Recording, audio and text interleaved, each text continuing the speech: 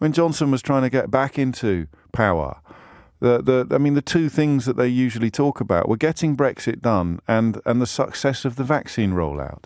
Well, Brexit isn't done, and the bits that are done are a disaster. We'll get onto that a little later in the programme. The intervention now from one of the few business people you could find to say that it was a good idea, now whining ceaselessly about the impacts and the damage that it's done to his business. The head of Next can't get people to work in his shops. What a surprise. What did you think was going to happen when they abolished freedom of movement? So those two lines, we got Brexit done and the vaccine rollout. The vaccine rollout, we got a small head start on other countries, but they caught us up in moments. And in fact, even in Europe, we're not at the top of the list in terms of percentage of the population that have been vaccinated. So they're just not true, those claims. But they also speak to a deliberately cultivated sense that he'd done a good job during coronavirus. And if Johnson did a good job, then obviously the Secretary of State for Health must have played a blinder.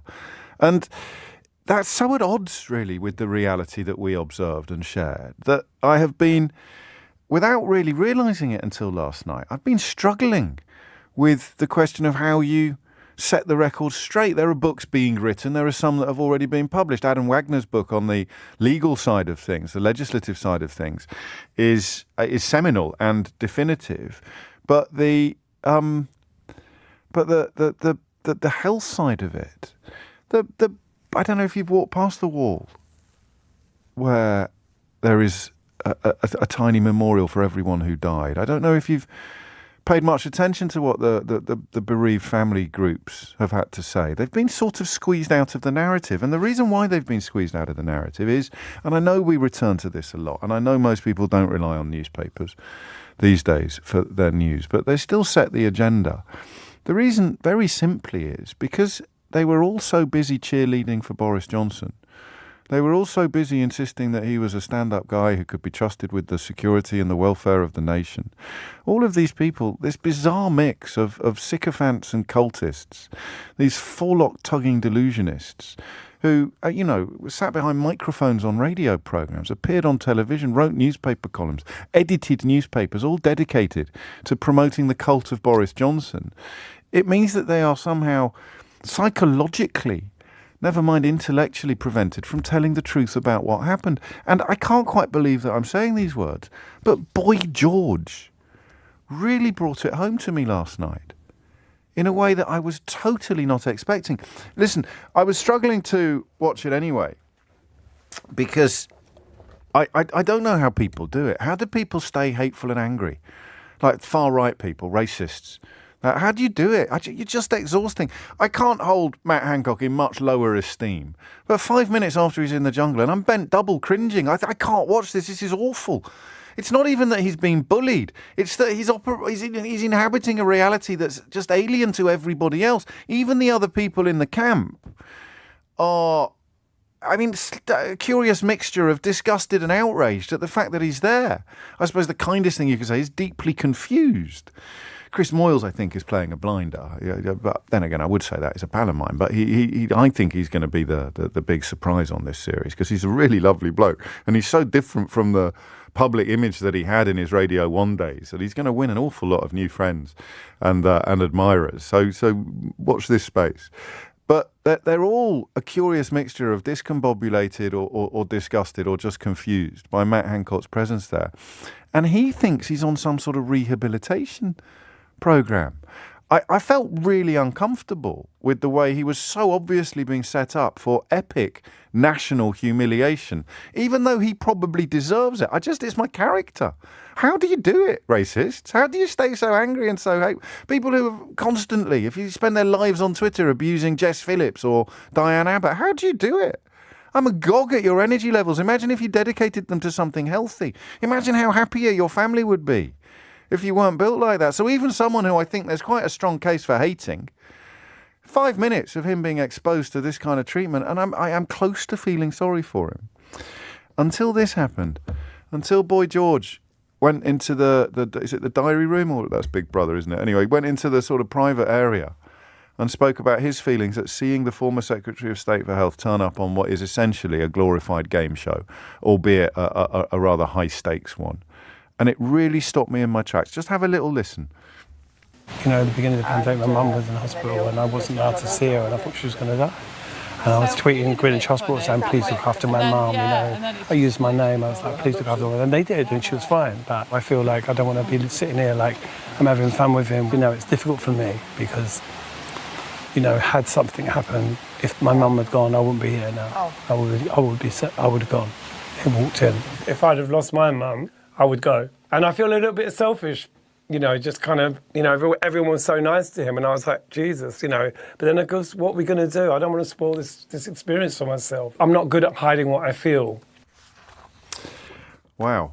And that was the point at which I went, crikey, people really do associate him with the deaths of their loved ones. People really do see Matt Hancock and presumably Boris Johnson's fingerprints all over bereavement and grief. And I mean, I don't know whether that's 100% fair. If Boy George had lost his mum, Mrs. O'Dowd, as she would be, would it have been fair to blame Matt Hancock for that? So I'm looking at this, and I'm looking at that, and I'm thinking this is a really bad move by ITV. This isn't a game show. This isn't something funny. This isn't light entertainment.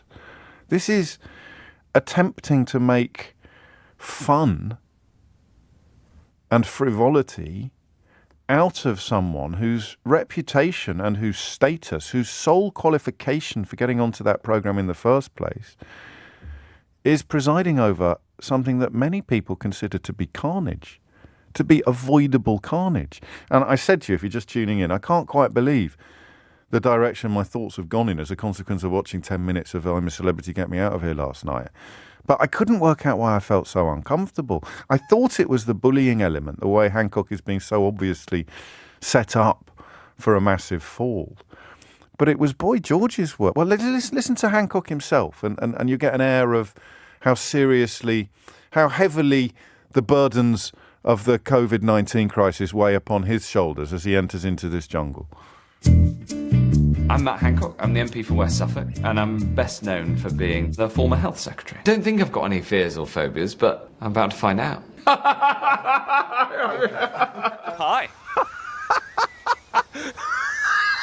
Hello. Hi. How's it going? I'm Matt. Sean. Very nice to meet you.